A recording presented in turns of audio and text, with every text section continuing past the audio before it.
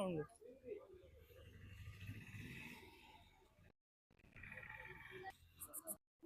నా పేరు కల్పన.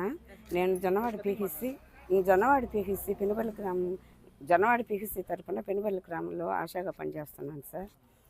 మాకు ఎమ్మెల్యే మేడం గారు ఉన్నారు మాకు వీకిసీలో. మేము ఎమ్మెల్యే మేడంకి మేము అన్ని పనులు చేస్తాం సార్, కానీ మేడం ఏ పనులు చేయలేదని చెప్పింది. దాని వరకు అయితే మాకు చాలా బాధాకరంగా ఉంది. అదైతే మేము అసలు మర్చిపోలేకుండా ఉన్నాం సార్. అంటే మేము చేస్తున్నాము, చేయలేదని చెప్పింది కాబట్టి మాకు అంత ఇదైపోయింది. వర్క్ పరంగా కూడా సార్, ఇప్పుడు మంచంలో ఉండి లేకుండా సార్, మంచంలో నా ఏరియాలోకి ప్రతి ఒక్కరికి నేను ఇంటికి పోసి వస్తాను సార్. కావాలంటే ఇప్పుడు మీ ముందు కూడా నిరూపిస్తాను. ప్రతి ఒక్కరికి ఇంటికి పోసి వస్తాను. మేడం గారు అంటే వచ్చినా రాకపోయినా వాళ్ళు ఈరోజు ఉంటారు, రేపు మనం ఉండే గ్రామంలో మనమే చూసుకోవాలి, వాళ్ళతో మనకేం పని అని చెప్పి మేడంతో కూడా నేను వాద పెట్టుకోను సార్. నేనే చూసుకుంటా.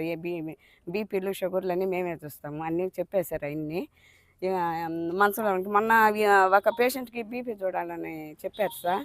బీపీ మిషన్ చెడిపోయింది, అది బాగు చేయండిమా, మేము బీపీ పోయి మీరు ఎట్టా రావటం లేదు ఏరియాలోకి, మేమైనా పోయి ఏరియాలో పోయి చూస్తామంటే బీపీ మిషన్ మేము డబ్బులు పెట్టి మేము బీపీ మిషన్ మేము బాగు చేయించుకొని నేను పోయి ఏరియాలో నువ్వే పోయి చూడు అనింది. మమ్మల్ని అయితే సార్ వర్క్ పరంగా అయితే సార్ కూడా మేడంని ఏం అనలేదు సార్. సార్ ఏ మాట అయినా వర్క్ పరంగానే మాట్లాడాడు. ఏదే ఉద్దేశం తెచ్చి సార్ మాట్లాడలేదు. సార్ వచ్చిన తర్వాత మా జొన్నవాడ పీకిసి కూడా సార్ అంతకుముందు వేరే విధం, సార్ వచ్చిన తర్వాత జొన్నవాడ పీకిసి బాగా ఎదిగింది. బాగా మాకు అన్ని సౌకర్యాలు కూడా బాగా చేశాడు సార్. సార్ చేసినట్టు ఎవరు కూడా ఇంతకుముందు కూడా ఇంత లేదు, ఇంతకుముందు ఉన్నట్టు. సార్ మీద ఆమె ఇచ్చిన ఆరోపణలు అయితే అన్నీ మేము ఖండిస్తున్నాము. ఏ ఒక్కటి నిజం కాదు, అన్నీ అబద్ధాలే సార్. సార్ని కూడా మా ఓపీకి వచ్చిన వాళ్ళకి మా ముందు బూతులు తిట్టింది సార్. అవి మేము సార్కు చెప్పలేదు. ఒక ఏఎన్ఎంకి మేము చెప్పుకొని మేమే బాధపడ్డాము. సార్ దాకా కూడా రానిలేదు. ఇంత దూరం వచ్చింది కాబట్టి ఇప్పుడు అవి కూడా చెప్పాల్సి వస్తుంది. మమ్మల్ని తీసేపిస్తుందంట. ఆమెకి మీరు పని చేయకుండా ఉంటే మిమ్మల్ని తీసేపిస్తానని మాట్లాడింది. మీరు నాకు కానీ ఎదురు తిరిగితే నేను పోయి డిఎంహెచ్ ఆఫీసులో కూర్చుంటాను, అక్కడ మాట్లాడి తీసేపిస్తానని కూడా అన్న సందర్భాలు ఉన్నాయి సార్. మమ్మల్ని వేధించారు కూడాను. నాకు హెల్త్ ప్రాబ్లం సార్, నాకు క్యాన్సరు. అయినా కానీ నేను అట్టే చేశాను. సార్ని నాకు ఆ వ్యాధి వచ్చినప్పుడు సార్ని అడుక్కుంటే మీ ఇంట్లో ఎవరిని చేసుకోలేను సార్, మేము పేదవాళ్ళం, మేము చేసుకుంటే తినాలని సార్ని ప్రాధేయపడ్డాను. సార్ మీ ఇంట్లో ఎవరైనా చదువుకున్న అమ్మాయిలు ఉంటే చేయించుకోండి అమ్మా అని కూడా చెప్పడం జరిగింది సార్. మా పాప ఎంటర్ చదవండి సార్ అంటే మా కోడల చేత ఒక 2 నెలలు 3 నెలలు అది చేయించుకున్నారు దాకా చేసింది సార్. అవతల నా స్థానంలోకి నేను వచ్చాను. సార్ వల్ల అయితే ఏ ఉద్దేశాలు లేవు సార్. ఏది చేసినా డ్యూటీ పరంగా అడుగుతాడు, వర్క్ పరంగా అడుగుతాడు, ఈ విధంగా అడుగుతాడు, కానీ వేరే విధంగా అయితే ఏమి లేదు అని చెప్పినవని మేము ఖండిస్తున్నాం సార్. పిహెచ్సిలో కమ్యూనిటీ ఆఫీసర్గా పనిచేస్తున్నాను. ఏంటంటే నిన్న శివప్రియ చేసిన అలిగేషన్స్ అన్నీ రాంగ్, ఫేక్ అలిగేషన్స్ అన్నీ క్రియేట్ చేసింది. యాజ్ ఏ నేను కమ్యూనిటీ ఆఫీసర్గా నేనేం చెప్తున్నానంటే, అమ్మాయి నిన్న పోస్ట్ యాక్ట్ పెట్టలేదు అని అడిగింది. సార్ మీద పెట్టింది కాబట్టే తను నిన్న నేను పెట్టలేదు అసలుకి అని చెప్పింది. ఏపీఎంసీ యాక్ట్ నుంచి తను పర్సనల్గా కలెక్టర్ గారికి కూడా వెళ్ళింది. ఇది చూడండి, ఇదే ప్రూఫ్. ఇంకా సార్ ఏంటంటే వర్క్ విషయంకి వచ్చిన కాడికి మాకు సెక్టార్ మీటింగ్ అనేది జరుగుతుంది. మా పిహెచ్లో ప్రతి మంత్ సెక్టార్ మీటింగ్ అని జరుగుతుంది. ఆ సెక్టార్ మీటింగ్లో వర్క్ ఎప్పుడైతే పెండింగ్ లిస్ట్లో పైన ఆఫీస్ నుంచి డిఎంహెచ్ఓ ఆఫీస్ నుంచి పెండింగ్ లిస్ట్ అనేది వస్తుంది, దాంట్లో ఏవైతే చైన్ వాళ్ళు ఉంటారో వాళ్ళనే సారు, ఈవెన్ నేను కూడా ఎప్పుడైనా ఏ మంత్ అయినా పెండింగ్ లిస్ట్లో ఉంటే నన్ను కూడా అరిచిన రోజులు ఉన్నాయి. సార్ ఎందుకు చేయలేదు, ఏఎన్ఎం గారిని కానీ ఆశాల్ని కానీ యాజ్ ఎమ్మెల్హెచ్పి కానీ నన్ను ఎందుకు చేయలేదమ్మా మీరు వర్క్ అని చెప్పేసి అందరి ముందే అరుస్తారు. అంతేగాని పర్సనల్గా పిలిచి మీరు ఎందుకు చేయలేదని చెప్పి అరిచిన రోజులైతే అస్సలకి లేవు. శాలరీ విషయాలు ఎత్తుకుంటే ఇప్పుడు మాకు పైన ఆఫీస్ నుంచి ఆర్డర్స్ వచ్చున్నాయి. ప్రతి ఒక్క రికార్డ్స్ అనేటివి వెరిఫికేషన్ చేసి సైన్ పెట్టి శాలరీస్ పెట్టండి అని చెప్పి ఆర్డర్స్ వచ్చున్నాయి. అది సార్ ప్రతి ఒక్క విలేజ్ని ఒక్కొక్క రోజు కానీ లేదంటే అందరు ఎమ్మెల్హెచ్పీని పిలిచి మీ రికార్డ్స్ వెరిఫికేషన్ చేసిన తర్వాతే సూపర్వైజర్స్ కూడా చెక్ చేస్తారు మా రికార్డ్స్. చూసిన తర్వాతే శాలరీస్ ప్రతి నెల కంపల్సరీగా పెట్టేవాళ్ళు శాలరీస్ మాత్రం. అంతేగాని ఆపకుండా ఏ నెల శాలరీ రాకుండా అయితే లేదు మాకు. ఇట్లా సార్ మీద ఇట్లా పోస్ట్ యాక్ట్ కింద పెట్టడం చాలా అనేది మాకు బాధాకరంగా ఉంది. మా పిహెచ్సి స్టాఫ్కి కానీ ఏదైనా కూడా మాకేమైనా లీవ్స్ కావాలన్నా సార్ ఇప్పుడు ఎమర్జెన్సీ సార్, మాకు ఇప్పుడు ఫ్యామిలీ పిల్లలకి బాగలేదు, ఫ్యామిలీకి ఏమైనా ఎమర్జెన్సీ సార్ అని అంటే సరే అమ్మా మీరు అప్లై చేయండి, లీవ్ అప్లై చేసి లీవ్ తీసుకోండి అని చెప్పేసి మెసేజ్ పెట్టినా కూడా సార్ మాకు రియాక్ట్ అయ్యేవాళ్ళు. అంతేగాని ఇలాంటి పోష్ యాక్ట్ కింద పెట్టి సార్ ఇలాంటి చెడు ఆరోపణలు చేయడం మాత్రం ఇది తప్పు. ఇలాంటి తక్కిన ఇంకొకసారి ఎవరు పెట్టకుండా ఉండాలని చెప్పి కోరుతున్నాం.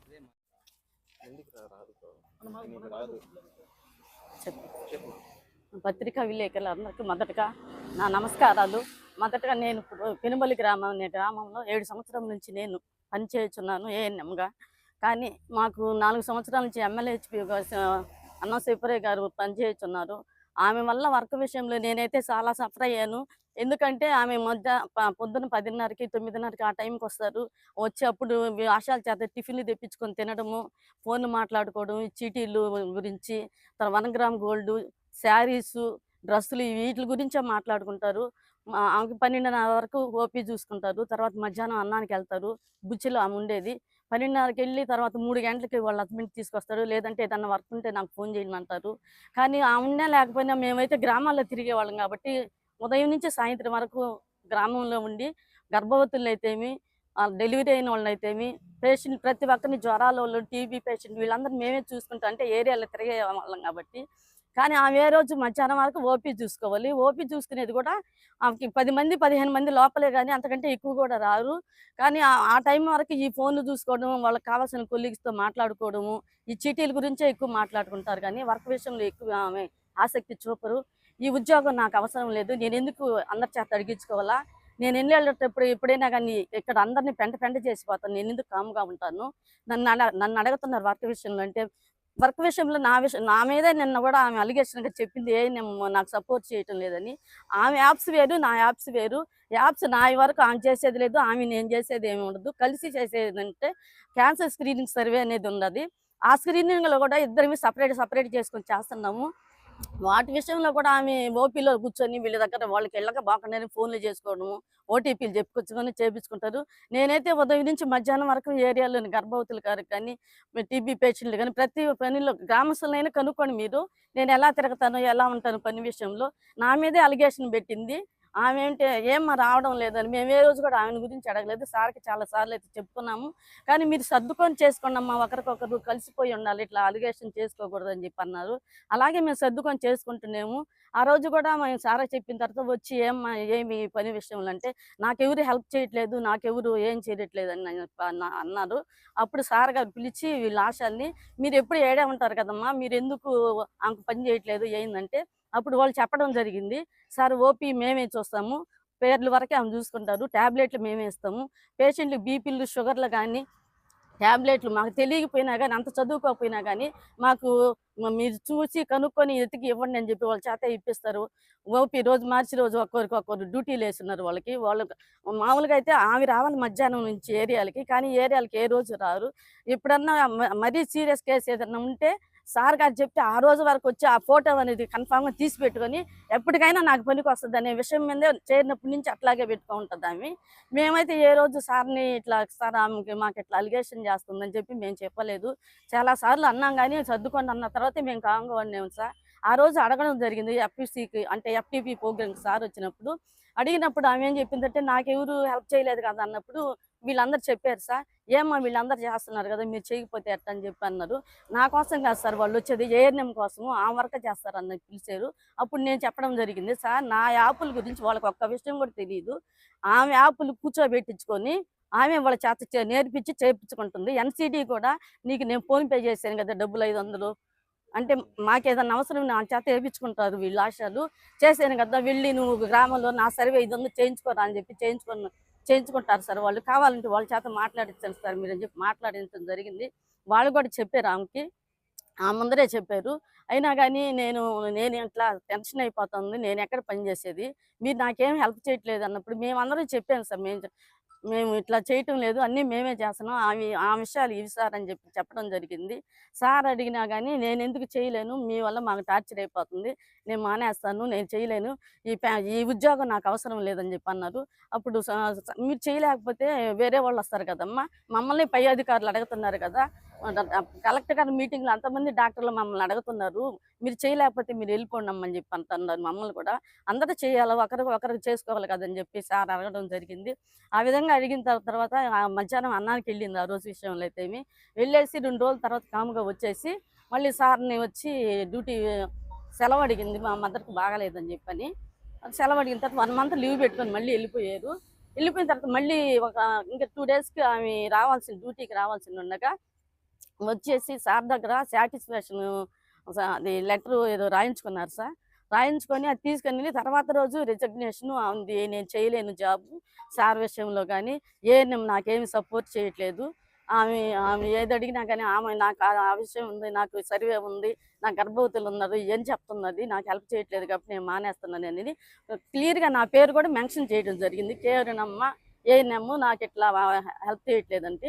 కానీ నేను అప్పుడే చెప్పాను ఆమెకి కూడా. మళ్ళీ మానేసిన తర్వాత ఆ రోజు సాయంత్రం ఈవినింగ్ సార్ పిలిపించాడు ఆమెని, వాళ్ళ హస్బెండ్ని పిలిపించి అడిగాడు, మేమేమి వచ్చాము సార్, ఎందుకు గవర్నమెంట్ జాబ్ మనం ఎందుకు వదులుకోవాలా, ఇట్లాంటివి వస్తూ ఉంటాయి పోతూ ఉంటాయి, అందరం సర్దుకొని చేసుకుందాము, ఇవన్నీ వద్దులేమ్మా రండి అని చెప్పని నేనే అన్నాను సార్. అడిగాము ఆశాలు వచ్చిన తర్వాత.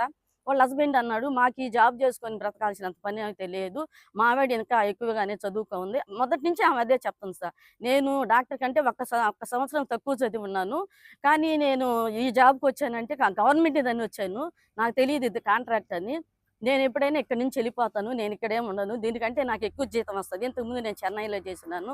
నేను వెళ్ళేటప్పుడు మాత్రము నన్ను అడుగుతున్నాడు సారు, మిమ్మల్ని అందరిని అడగట్లేదంటే ప్రతి విషయంలో మీటింగ్లో కావాలంటే మా కొలీగ్స్ని అందరిని అడగండి సార్, ప్రతి మీటింగ్లో నన్నే ఎక్కువ అంటే ఫస్ట్ జొన్నవాడ పిలుస్తారు, తర్వాత పెనుబల్లి టార్గెట్లు వచ్చి ప్రతి 3000 జనాభాకి 5 మంది గర్భవతులు రావాలి, 5 మంది డెలివరీ రావాలి, కానీ మాకు ఎక్కువ తక్కువే వస్తాయి సార్. ప్రతి నెల 3, 2, 4 అట్లా ప్రతి నెల ఏమమ్మా నీకు ఇలా వస్తాయి, ఎక్కువ సార్లు నన్నే నిలబెట్టి నన్నే అడుగుతారు. ఒక NCD అంటే క్యాన్సర్ స్క్రీనింగ్ వరకు రావడం జరుగుతుంది గ్రామాల్లోకి.